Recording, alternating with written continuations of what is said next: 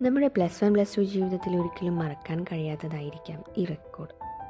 ഇതിപ്പോൾ എന്തിനാണ് എടുത്തതെന്ന് ചോദിച്ചാൽ ഇത് തന്നെ നമ്മുടെ ഫയർ ലില്ലി അഥവാ മീന്തോന്നി.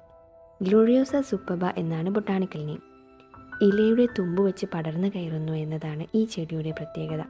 നമ്മുടെ കാലാവസ്ഥയിൽ വർഷത്തിൽ ഒരിക്കൽ മാത്രമാണ് ഫയർ ലില്ലി പൂക്കുന്നത്. കൃത്യമായി പറഞ്ഞാൽ ജൂലൈ മുതൽ സെപ്റ്റംബർ വരെ. മറ്റു ചില രാജ്യങ്ങളിലാകട്ടെ വർഷത്തിൽ ഒന്നിലധികം തവണ പൂക്കുന്നതായും കാണാം.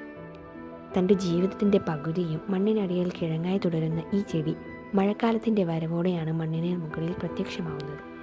കാഴ്ചയിൽ ഏവരുടെയും മനം കവരുന്ന ഈ ചെടിക്ക് ഒട്ടേറെ ഔഷധ ഗുണങ്ങളുമുണ്ട്.